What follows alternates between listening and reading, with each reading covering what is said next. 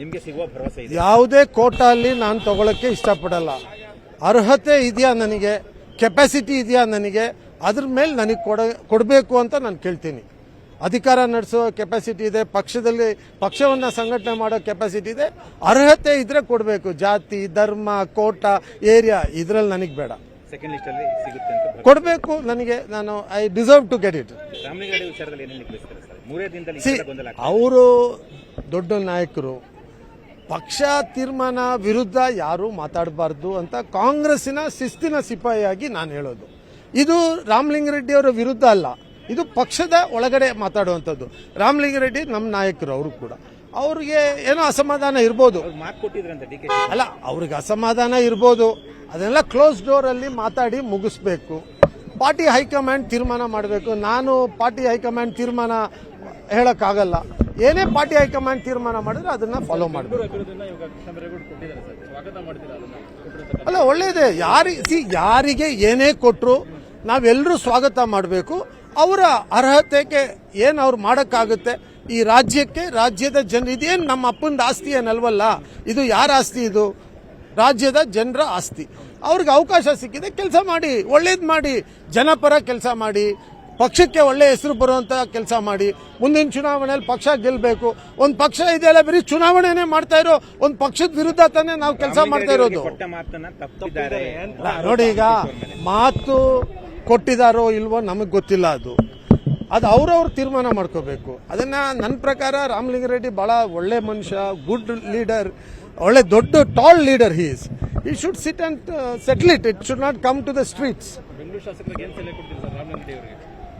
ಬ್ಯಾಂಗ್ಳೂರು ಅಲ್ಲ, ಅವರು ಬೆಂಗಳೂರು ಅಲ್ಲಲ್ಲ, ಈಗ ನಮ್ಗೀಗ GBA ಕೃಷ್ಣ ಬೈರೇಗೌಡಗೂ ಕೊಟ್ಟಿದ್ದಾರೆ, ಇಲ್ಲ ರಾಮಲಿಂಗಾರೆಡ್ಡಿ ಕೊಡ್ಲಿ, ಯಾರಿಗಾದ್ರೂ ಕೊಡ್ಲಿ, ನಮಗೆ ಏನು ಸಮಸ್ಯೆ ಇಲ್ಲ. ಯಾರು ಕೊಟ್ರು ತಗೊಳ್ಳೋರು ಕೂಡ ಇದೇನು ಇವೆಲ್ಲ ಕೆಲಸ ಮಾಡೋಕ್ಕೋಸ್ಕರ ಇರೋದು. ಕೆಲಸ ಮಾಡುವಾಗ ಯಾವುದೇ ಪೋರ್ಟಿಫೋಲಿಯೋ ಕೊಟ್ಟರು ಈಗ ಕೆಲಸ ಮಾಡುವೆ, ಇಲ್ಲ ನಮಗೆ ಕೊಡ್ಲಿ, ನಾವು ಕೆಲಸ ಮಾಡ್ತೀವಿ, ಅದ್ರಲ್ಲಿ ಏನಿದೆ? ಅಲ್ಲ, ಯಾವುದೇ ಕೊಡ್ಲಿ, ನಾನು ಹೇಳೋದು ಯಾವ್ದು ಕೊಟ್ಟರು ಮಾಡ್ತೀನಿ ನಾನು. ನಮಗೆ ಮಾಡೋಂಥ ಕೆಪಾಸಿಟಿ ಇದೆ, ನಾವು ಕೆಲಸ ಮಾಡ್ತೀವಿ. ಅದಕ್ಕೆ ಅವ್ರು ಕೊಟ್ಟಿರೋದು ಕೊಡಿ, ಇವ್ರು ಕೊಟ್ಟಿರೋದು ಕೊಡಿ ಅಂತಲ್ಲ. ಯಾರಿಗೂ ಬೇಡದೇ ಇದ್ರೆ ನಮಗ್ ಕೊಡಿ, ನಾವು ಮಾಡ್ತೀವಿ. ಈಗ ಅದರಲ್ಲಿ ಬೇರೆ ಮಾತಿಲ್ಲ. ಯಾಕಂದ್ರೆ ಬೆಂಗಳೂರನ್ನ ನಾವು ಪ್ರೀತಿಸ್ತೀವಿ, ಬೆಂಗಳೂರು ಜನರನ್ನ ಪ್ರೀತಿಸ್ತೀವಿ, ಕರ್ನಾಟಕವನ್ನು ಪ್ರೀತಿಸ್ತೀವಿ, ಕನ್ನಡಿಗರನ್ನ ಪ್ರೀತಿಸ್ತೀವಿ. ಸೊ ಅವ್ರ ಪರವಾಗಿ ಕೆಲಸ ಮಾಡಕ್ಕೆ ನಾವು ಅವಕಾಶ ಕೇಳೋದು. ಯಾಕೆ ಬಿಟ್ಕೊಡ್ತಾ ಇಲ್ಲ ಬೆಂಗಳೂರು ನಗರ ಅಭಿವೃದ್ಧಿ ಇಲ್ಲ? ಯಾಕೆ ಅವ್ರು ಒಲಿಸ್ತಾ ಇಲ್ಲ? ಕೊಟ್ಟಿದ್ದಾರಲ್ಲ, ರಾಮಲಿಂಗಾರೆಡ್ಡಿ ಯಾಕೆ ಕೊಡ್ತಾ ಇಲ್ಲ? ಅಲ್ಲ, ಅದು ಗೊತ್ತಿಲ್ಲಮ್ಮ, ಅದು ನಾನು ಹೇಳಕ್ ಬರಲ್ಲ. ಅವ್ರ ಮಧ್ಯೆ ಏನು ಮಾತುಕತೆ ಆಗಿದೆ, ಇಲ್ಲ ಡೆಲ್ಲಿ ಹೈಕಮಾಂಡ್ ಏನು ತೀರ್ಮಾನ ಮಾಡಿದೆ. ಯಾಕಂದ್ರೆ ನನ್ಗೆ ಗೊತ್ತಿರೋಂಗೆ ಹೈಕಮಾಂಡ್ ತೀರ್ಮಾನ ಇದೆಲ್ಲಾನು ಒಬ್ಬ ಪಕ್ಷದ ಒಂದು ಶಿಸ್ತಿನ ಸಿಪಾಯಿಯಾಗಿ ನನಗೆ ಗೊತ್ತಿರೋಂಗೆ ಇವೆಲ್ಲ ಹೈಕಮಾಂಡ್ ತೀರ್ಮಾನ ಇರಬೇಕು. ಹಾಗಾಗಿ ಮುಖ್ಯಮಂತ್ರಿ ಬಹುಶಃ ಅವ್ರು ಏನು ಹೇಳಿದ್ದಾರೆ ಅಂತಾನು ನನಗೆ ಗೊತ್ತಿಲ್ಲ. ಮುಖ್ಯಮಂತ್ರಿನೂ ರಾಮಲಿಂಗಾರೆಡ್ಡಿನೂ ಬಹಳ ಒಳ್ಳೆ ಸ್ನೇಹಿತರು, ಬಹಳ ವರ್ಷದಿಂದ ಜೊತೆ ಕೆಲಸ ಮಾಡ್ತಾ ಬಂದಿದ್ದಾರೆ. ಆಮೇಲೆ ರಾಮಲಿಂಗಾರೆಡ್ಡಿ ಬಗ್ಗೆನೂ ಒಳ್ಳೆ ಒಪಿನಿಯನ್ ಇದೆ, ಒಳ್ಳೆಯವರು.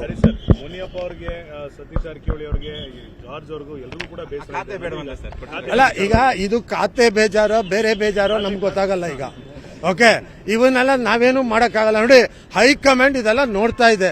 ತೀರ್ಮಾನ ಯಾರ್ದು? DK ಶಿವಕುಮಾರ್ದಲ್ಲ, ಹೈಕಮಾಂಡ್ ತೀರ್ಮಾನ. ಅದನ್ನ ಫಾಲೋ ಮಾಡೋದು ಎಲ್ಲರೂ ಕೆಲಸ. ಅಲ್ಲ, ನಮ್ಗೆ ಗೊತ್ತಿಲ್ಲ ಅಂತ ನಾನು ಹೇಳ್ತಾ ಇರೋದು. ಇದು ಏನ್ ಬೇಜಾರು ಅಂತ ನನಗಿನ್ ಜಾಸ್ತಿ ನಿಮಗ್ ಗೊತ್ತಲ್ಲ.